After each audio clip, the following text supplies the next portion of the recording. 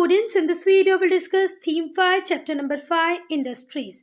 So dear student, in this video you will learn about what is manufacturing. Manufacturing क्या है पहले हम लोग ये देखेंगे, फिर हम लोग पढ़ेंगे what is an industry. Industry क्या है, इंडस्ट्री की डेफिनेशन देखेंगे, फिर हम लोग देखेंगे क्लासिफिकेशन ऑफ इंडस्ट्रीज.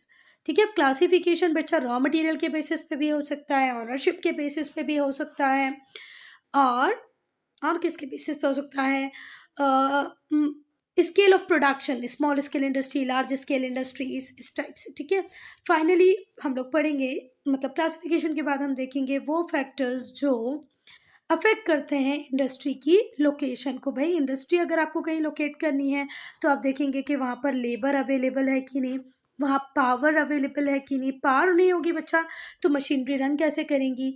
फिर हम लोग देखेंगे वहाँ पर रॉ मटेरियल इजीली अवेलेबल होता है कि नहीं. तो ये सारे फैक्टर्स भी हम लोग पढ़ने वाले हैं. लास्ट बट नॉट लीस्ट हम लोग देखेंगे वो रीजंस जहाँ पर इंडस्ट्रियल बेल्ट है, हमारे इंडिया का भी देखेंगे और बच्चा वर्ल्ड का भी देखेंगे. ठीक है, और फिर कुछ मेजर इंडस्ट्रीज को डिस्कस करेंगे वर्ल्ड की. पहले हम लोग देखते हैं what is manufacturing. So manufacturing is the process of conversion of raw material into finish product. आपने कोई रॉ मटेरियल दिया, भले वो रॉ मटेरियल क्या हो सकता है, कॉटन हो सकता है, कॉटन से क्लॉथ का बनना, ये क्या है, मैन्युफैक्चरिंग है. Conversion of raw material into finish product is called manufacturing. Okay, मुझे लगता है समझ में आ गया होगा. जो भी आपके पास, जैसे शुगर कैन रॉ मटेरियल था, तो शुगर कैन हमारा यूजफुल है पर उतना ज़्यादा यूजफुल नहीं है जितनी हमारे लिए शुगर है. ठीक है, तो रॉ मटेरियल को फिनिश प्रोडक्ट में कन्वर्ट कर देना किसके लिए, ह्यूमन यूज के लिए, ये क्या होता है, मैन्युफैक्चरिंग. एक बार हम बुक से डेफिनेशन पढ़ेंगे. The process of conversion of raw material into finish product for human use is called manufacturing. Raw material को कन्वर्ट करके आप फिनिश प्रोडक्ट बना लें, उसको ह्यूमन यूज के लिए और ज़्यादा कंफर्टेबल बना दें, उसे क्या बोलेंगे, मैन्युफैक्चरिंग. जो मैन्युफैक्चरिंग इंडस्ट्री होती है वो रॉ मटेरियल को कन्वर्ट कर देती है फिनिश प्रोडक्ट में, और बेसिकली ये लार्ज स्केल पे होता है. यूजुअली ये लार्ज स्केल पे होता है. किसी भी फैक्ट्री में देखेंगे तो एक शैम्पू, एक सोप या एक एक चीज़ नहीं बन रही होगी, बहुत ज़्यादा बल्क में प्रोडक्शन हो रहा होगा. ठीक है, और उस बल्क में प्रोडक्शन में कौन हेल्प कर रही होगी बच्चा, फिजिकल लेबर, मैकेनिकल पावर. आज बहुत कम मशीनें ऐसी बची हैं बच्चा जो मैकेनिकल पावर पे नहीं चलती, इलेक्ट्रिसिटी पे नहीं चल रही, मैक्सिमम इलेक्ट्रिसिटी पे चल रही हैं.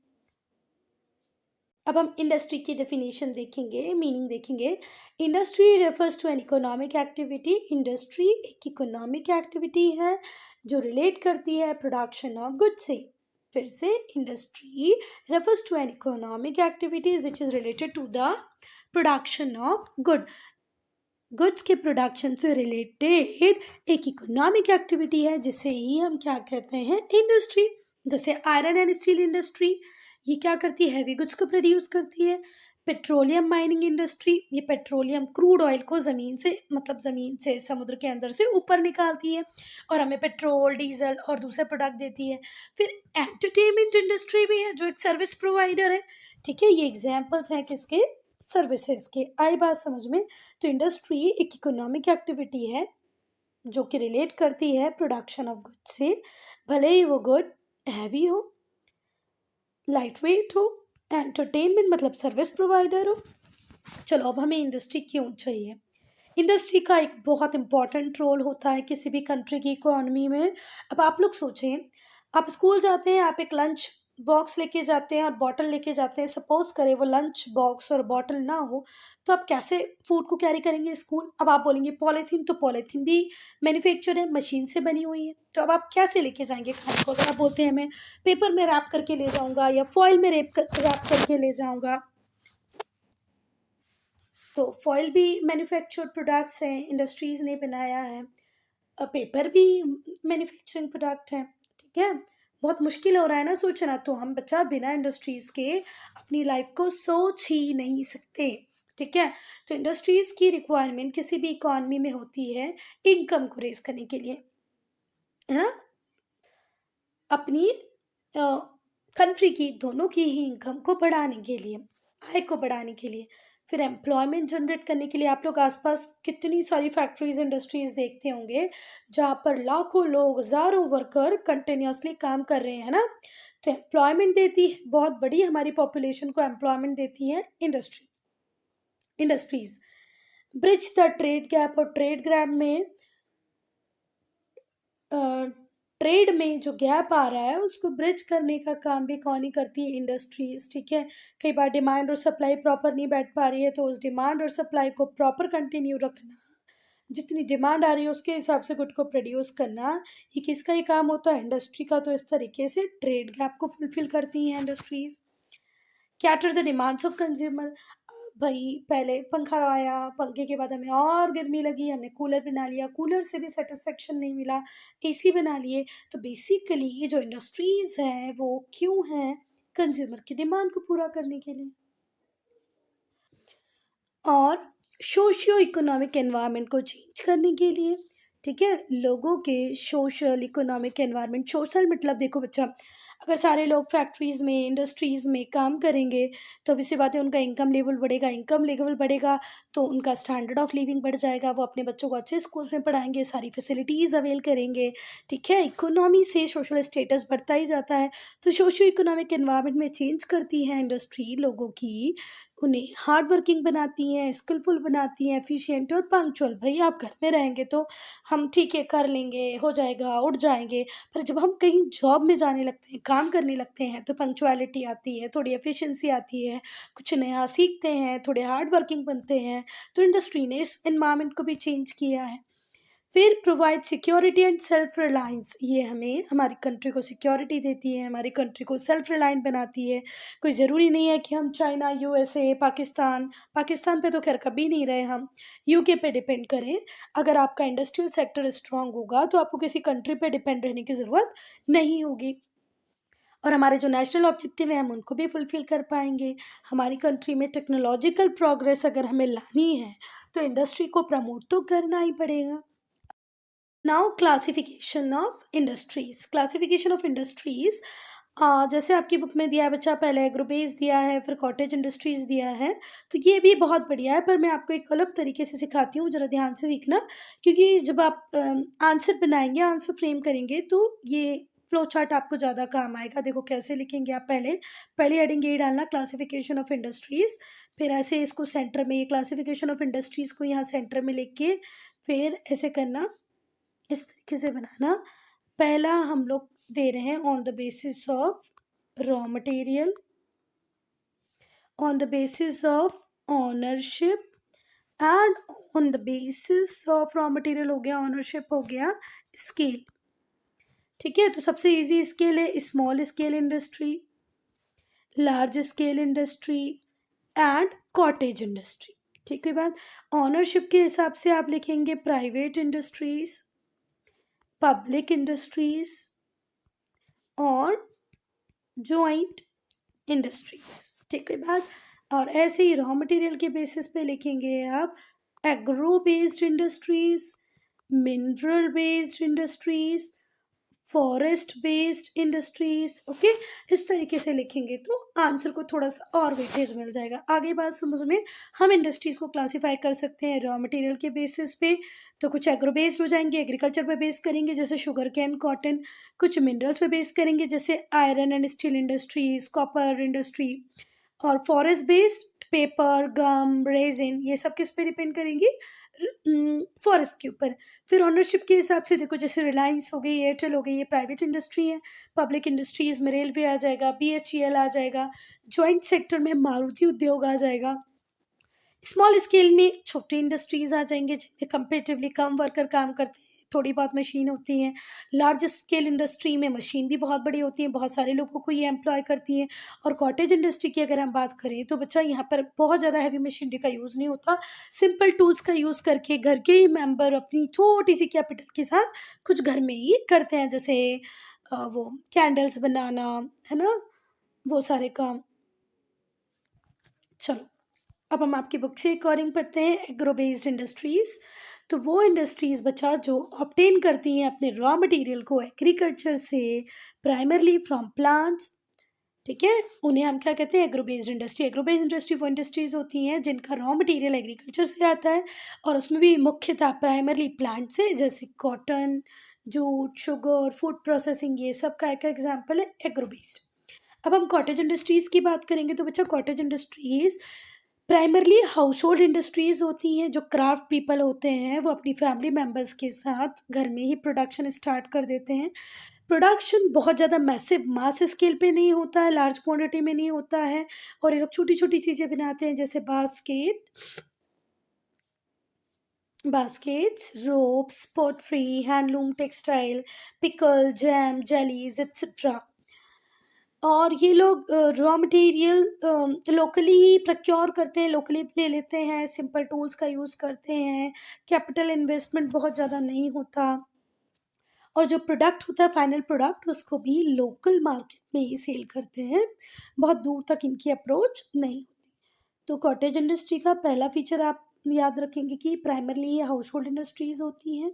यहाँ पर फैमिली मेम्बर्स ही कुछ आपस में मिलकर स्टार्ट कर देते हैं, जैसे बास्केट, रोप, पोट्री, हैंडलूम, टेक्सटाइल, और लोकली रॉ मटेरियल अवेल करते हैं, सिंपल टूल का यूज़ करते हैं, और जो सेलिंग है वो भी लोकल एरियाज में ही होती है।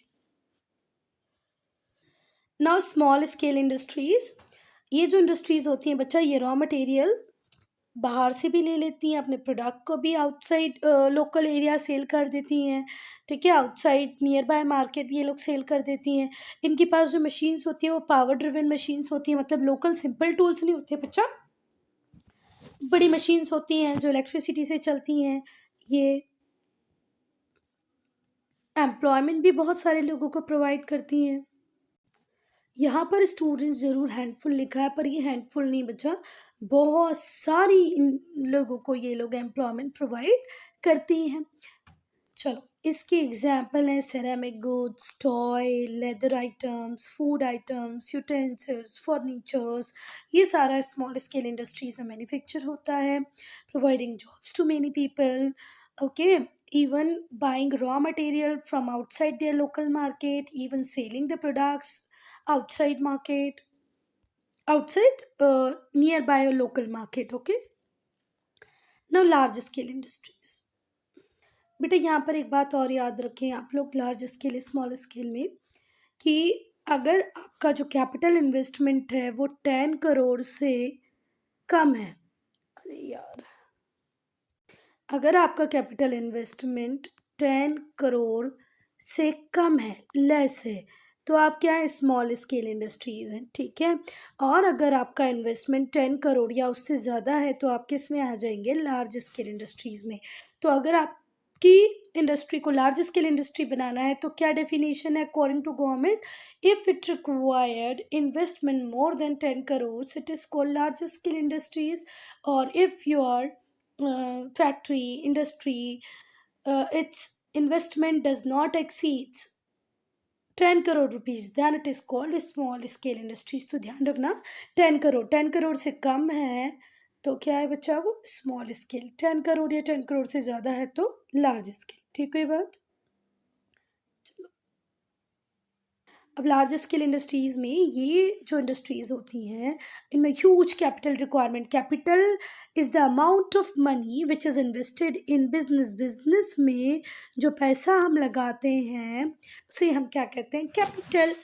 सो कैपिटल इन्वेस्टमेंट जो लार्ज स्केल इंडस्ट्री में चाहिए होता है पूंजी, इसका एग्जैक्ट मीनिंग होता है कैपिटल का पूंजी। पूंजी मतलब वो अमाउंट जो आपने बिजनेस में लगाया है वो बहुत ज़्यादा होता है, 10 करोड़ से ज़्यादा होना चाहिए। यहाँ पर मशीन सारी पावर ड्रिवन होती है, बहुत सारे लोगों को एम्प्लॉयमेंट देते हैं, रॉ मटेरियल बहुत दूर दूर से ला सकते हैं, इवन इम्पोर्ट भी कर सकते हैं, इवन अपने फिनिश प्रोडक्ट को एक्सपोर्ट कर सकते हैं। रॉ मटेरियल जैसे एमपी में कोई फैक्ट्री है तो राजस्थान, गुजरात, महाराष्ट्र, केरला, कर्नाटक कहीं से भी रॉ मटेरियल ले आएगी। इवन कई बार raw material Iran, Iraq, Oman से भी हम ला सकते हैं, और फिर फिनिश प्रोडक्ट की जो सेल होगी वो आप एक्सपोर्ट भी कर सकते हो, अपने मार्केट में भी रख सकते हो, यूके, यूएसए भेज सकते हो, या तो अपने इंडियन मार्केट में भी भेज सकते, मतलब सेल कर सकते हो। प्रोडक्शन स्पेशलाइज्ड होता है नेचर में, सेपरेट सेपरेट डिपार्टमेंट होते हैं, क्योंकि ओवरऑल जो आउटपुट मास प्रोडक्शन वो फैक्ट्री कर रही है, तो एक डिपार्टमेंट सारी चीज़ों को डील नहीं कर सकता, तो डिफरेंट डिफरेंट डिपार्टमेंट्स होते हैं जिनके अपने अपने काम होते हैं। जैसे जो ऑपरेशंस का काम होगा वो कौन देखेगा? Functional manager. ठीक है, ऑपरेशंस का काम कौन देखेगा? आपका फंक्शनल मैनेजर। फिर वहीं पर अगर हम देखें कि लोगों को, लेबर को रिक्रूट करने का काम, ऑडिटर्स को बुलाना है, अकाउंट्स लिखने हैं, बिजनेस वो sorry front office back office manager चाहिए हैं, तो इसके लिए एक एचआर डिपार्टमेंट अलग होगा। ठीक है, फिर फाइनेंस कहाँ से आएगा? कैपिटल कहाँ से रेज करनी है, कहाँ पर इन्वेस्टमेंट करना है, लोन लेना है कि इक्विटी, तो ये वाला डिसीजन लेगा कौन? आपका फाइनेंस डिपार्टमेंट। मतलब जो बड़ी कंपनीज होती है उसमें डिफरेंट डिफरेंट डिपार्टमेंट्स होते हैं, फंक्शनल मैनेजर्स होते हैं जो अलग अलग कामों को करते हैं। Iron and steel factories, textile mill, petrochemical plants are example of large scale industries. Iron and steel industry, textile mill, petrochemical, ये सब किसके एग्जाम्पल है बच्चा? Large scale industry, large scale industries. Now factors that influence the location of an industry, वो factors पढ़ेंगे जो industry की location को इफेक्ट करने वाले हैं। तो पहले फटाफट हम यही देखेंगे। पहला हो जाएगा रॉ मटेरियल अवेलेबल है कि नहीं, पावर अवेलेबल है कि नहीं, मतलब इलेक्ट्रिसिटी अवेलेबल है कि नहीं, लेबर अवेलेबल है कि नहीं, फिर लेबर के बाद लेबर के बाद और क्या चाहिए? रॉ मटेरियल, पावर, हाँ, ट्रांसपोर्टेशन प्रॉपर अवेलेबल है कि नहीं, और वाटर अवेलेबिलिटी है कि नहीं। ये बहुत सारे फैक्टर्स हैं जिनको आपको एनालाइज करना पड़ेगा बिफोर एस्टेब्लिशिंग इंडस्ट्री। चलो अब एक एक करके पढ़ते हैं। रॉ मटेरियल, तो बच्चा जो रॉ मटेरियल है, आप जहाँ पर भी फैक्ट्री लगा रहे हैं उसके आसपास इजीली अवेलेबल है कि नहीं। अगर अवेलेबल है तो एडिकेट क्वांटिटी में, पर्याप्त मात्रा में अवेलेबल है कि नहीं, रेगुलर सप्लाई दे पाएगा कि नहीं दे पाएगा इंडस्ट्री को।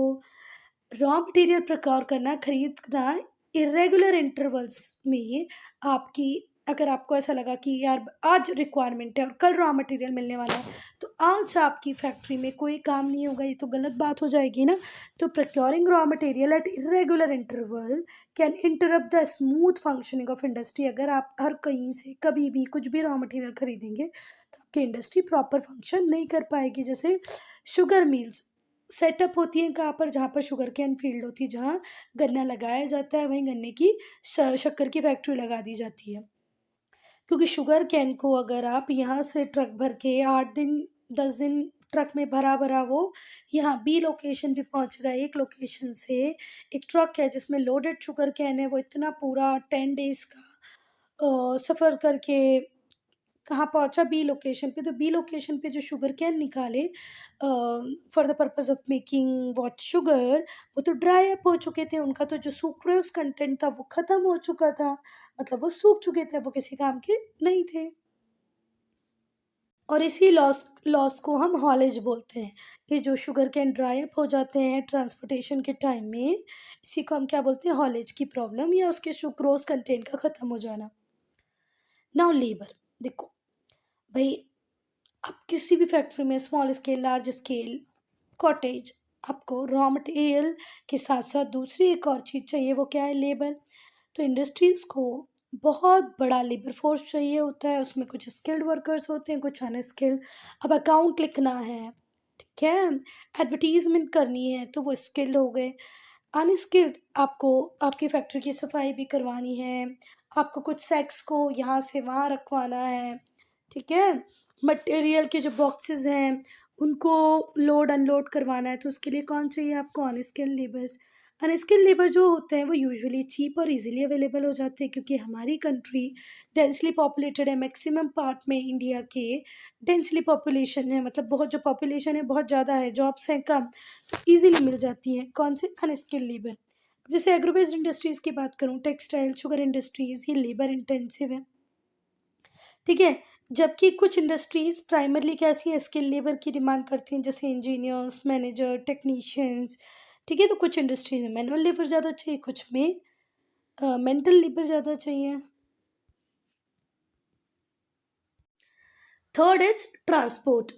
Transport also play an important role in industrial development. So while opening a factory or industry, you just see whether the means of transport is available or not. Well developed network है कि नहीं road का, railway network है कि नहीं, आप जहाँ पर भी हैं वहाँ से पोर्ट, अगर आप कुछ इम्पोर्ट या एक्सपोर्ट करते हैं तो ईजिली कनेक्टिविटी मिल पाएगी कि नहीं मिल पाएगी थ्रू रोड और रेल नेटवर्क, ये सब भी आपको देखना पड़ेगा बिफोर एस्टेब्लिशिंग योर इंडस्ट्री। जब भी हम इंडस्ट्री की लोकेशन को सोच रहे होंगे तो ट्रांसपोर्ट का एक इम्पॉर्टेंट रोल होता है, क्योंकि आपको अगर रॉ मटेरियल प्रोक्योर करना है, रॉ मटेरियल दूर दूर से लेके आना है, तो भी आपको ट्रांसपोर्ट चाहिए। आपको अपने फिनिश प्रोडक्ट को मार्केट तक पहुंचाना है, तब भी आपको एफिशिएंट ट्रांसपोर्ट नेटवर्क चाहिए पड़ेगा।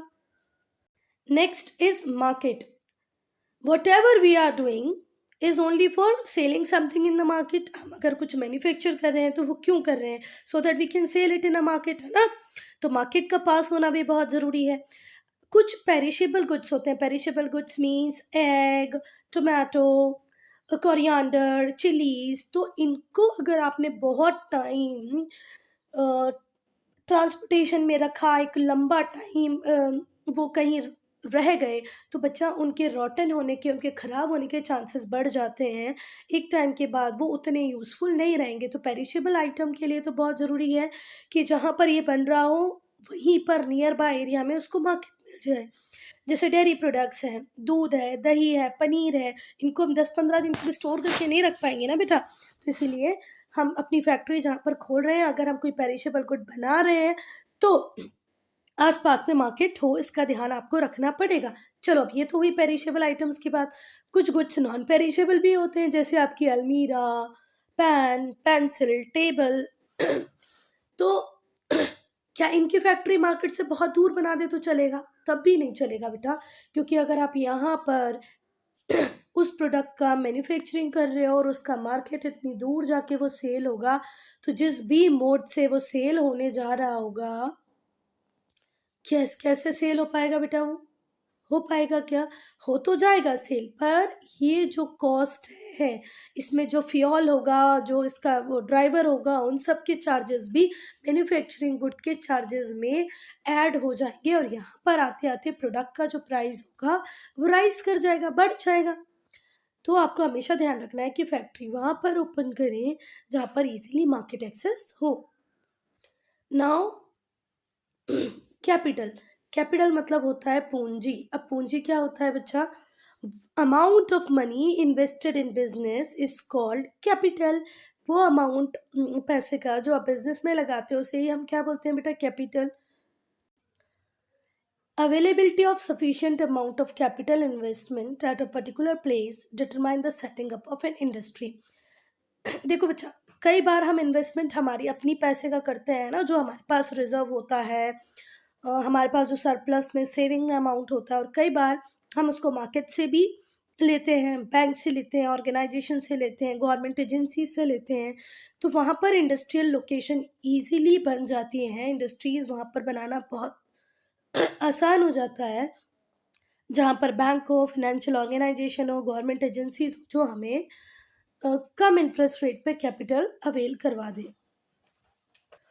सो स्टूडेंट, वो सारे प्लेसेस जहाँ पर कैपिटल इन्वेस्टमेंट के प्रॉस्पेक्ट्स हैं, वहाँ पर इंडस्ट्रीज ग्रो कर जाएंगी। लैंड। अब स्टूडेंट्स, अगर हम मास प्रोडक्शन करेंगे, बड़ी बड़ी मशीन्स को इंस्टॉल करेंगे, तो हमें एक बड़ा लैंड एरिया चाहिए पड़ेगा ना। तो अवेलेबिलिटी ऑफ लैंड भी एक वो फैक्टर है जो इंडस्ट्री की लोकेशन को अफेक्ट करता है। Huge areas of land are required for industrial setups. Huge areas of land are required for industrial setup. Industry को सेट करने के लिए बहुत बड़ा एरिया चाहिए होता है। इंडस्ट्रीज़ को हम प्लेन्स पे बनाते हैं, और वो प्लेन्स जहाँ पर फ्लड ना आती हो, ठीक है। माउंटेन्स पे थोड़ा सा हम लोग अवॉइड करते हैं कोई भी फैक्ट्री इंडस्ट्रीज़ बनाना। प्लेन्स पे बनाना ज़्यादा आसान होता है, सुटेबल होता है, इसलिए प्लेन्स पर बनाते हैं। पर प्लेन्स भी वो जहाँ पर फ्लड रेगुलरली नहीं आती हो, कभी कभार आ गई तो ठीक है, एक आधा बार, पर कुछ एरियाज ऐसे होते हैं जहाँ फ्लड कंटिन्यूसली आती है, वहाँ पर तो हम लोग इंडस्ट्री को, उस ज़मीन पे इंडस्ट्री नहीं बनाएंगे। पावर सप्लाई बच्चा, इलेक्ट्रिसिटी है ना। इंडस्ट्रियल यूनिट को इकोनॉमिकल अनइंटरप्टेड पावर सप्लाई चाहिए। इकोनॉमिकल मतलब थोड़ा सा चीप कॉस्ट में भी इलेक्ट्रिसिटी चाहिए, और अनइंटरप्टेड मतलब बंद ना हो, मतलब फ्रीक्वेंसी में पावर कट्स ना हो। तो इंडस्ट्रीज़ को बेसिकली वहीं लोकेट किया जाता है जहाँ पर पावर सप्लाई के सोर्सेज हों, जहाँ पर थर्मल पावर प्लांट बने हों या न्यूक्लियर पावर प्लांट बने हों, मतलब पावर प्लांट के पास जहाँ पर भी बेसिकली ईज़िली अवेलेबल हो जाए इलेक्ट्रिसिटी, वहाँ पर हम इनको लोकेट करते हैं। जैसे एल्यूमीनियम इंडस्ट्री, जिसको बहुत सारी इलेक्ट्रिसिटी चाहिए होती है क्योंकि उसके ऑर को स्मेल्ट करने के लिए, स्मेल्टिंग ऑफ ऑर क्या होता है, जो रॉ मटेरियल होता है एल्यूमीनियम बनाने के लिए, उसको एक हाई टेम्परेचर पे ले जाकर वो स्लरी में कन्वर्ट होता है, स्मेल्ट होता है, पिघलता है ना। तो इसलिए बहुत ज़्यादा इलेक्ट्रिसिटी की रिक्वायरमेंट होती है, तो उसे पावर जनरेटिंग यूनिट के पास ही एस्टेब्लिश किया जाता है, किसे, एल्यूमीनियम इंडस्ट्री को। नाउ वाटर सप्लाई, स्टूडेंट्स कोई भी फैक्ट्री हो, कोई भी इंडस्ट्री हो, उसको पानी बहुत ज़्यादा चाहिए होता है। भले ही वो ब्रेड बना रही हो, बिस्किट बना रही हो, आयरन बना रही हो, स्टील बना रही हो, पेपर बना रही हो, कोई भी हो, तो इंडस्ट्रीज़ को वाटर चाहिए होता है बहुत सारे पर्पज़ के लिए, जैसे कूलिंग एंड वॉशिंग के लिए। Iron and steel industry, paper, textile, इनमें तो बहुत ज़्यादा क्वांटिटी में पानी चाहिए होता है। तो बेसिकली इनको हम लोकेट करते हैं near by rivers and lakes. Now climate, students, climate moderate अगर होगा तो वहाँ पर बहुत सारी फैक्ट्रीज इंडस्ट्रीज सेट होंगी, है ना। और अगर क्लाइमेट बहुत ज़्यादा हॉट होगा तो वहाँ पर भी फैक्ट्रीज को रन करने में प्रॉब्लम है। बहुत ज़्यादा कोल्ड होगा तो वहाँ पर भी हमारी लेबर सर्वाइव नहीं कर पाएगी। तो लेबर को, मशीनरी को रन करने को देखते हुए हम जहाँ पर मॉडरेट क्लाइमेट होता है वहीं पर अपनी इंडस्ट्रीज़ को जनरली सेटअप करते हैं। Cotton textile industry of Mumbai is supported by it's humid climate. अगर कोई पूछे कि कॉटन टेक्सटाइल इंडस्ट्री सबसे ज़्यादा मुंबई में क्यों है, because of its humid climate. Now government policies की अगर हम बात करें स्टूडेंट्स, तो इंडस्ट्रीज़ के डेवलपमेंट का एक और इम्पॉर्टेंट मेजर रोल है किसका इसमें, गवर्नमेंट का। इंडस्ट्रीज़ को बढ़ाने में बहुत इंपॉर्टेंट और मेजर रोल है गवर्नमेंट का। कई बार जो स्टेट गवर्नमेंट है, कुछ स्टेट गवर्नमेंट है, अपनी स्टेट में इंडस्ट्रीज़ को बढ़ाने के लिए फाइनेंशियल एड दे देती हैं, सब्सिडीज़ दे देती हैं, टैक्स एग्जम्पशन दे देती हैं कि भाई अगर आप आके मेरे स्टेट में फैक्ट्री वगैरह सेटअप करेंगे, एम्प्लॉयमेंट जनरेट करेंगे, तो मैं आपसे आने वाले 5 साल टैक्स नहीं लूँगा, मैं आपको सब्सिडाइज्ड रेट पे रॉ मटेरियल अवेलेबल करवा दूँगा। ये कुछ गवर्नमेंट पॉलिसीज़ हैं। The development of industries depends upon the policies of the concerned central and state government. State government और सेंट्रल गवर्नमेंट की पॉलिसीज़ का भी बहुत इंपॉर्टेंट रोल होता है इंडस्ट्रीज़ के डेवलपमेंट में। कोई फाइनेंशियल एड या सब्सिडीज़ अगर कोई सरकार दे देती है तो ये इंडस्ट्री को एस्टेब्लिश करने में बहुत ज़्यादा इंपॉर्टेंट रोल प्ले करता है। Student, I am ending this video here only. If you have any doubt, any problem, to write in comment section.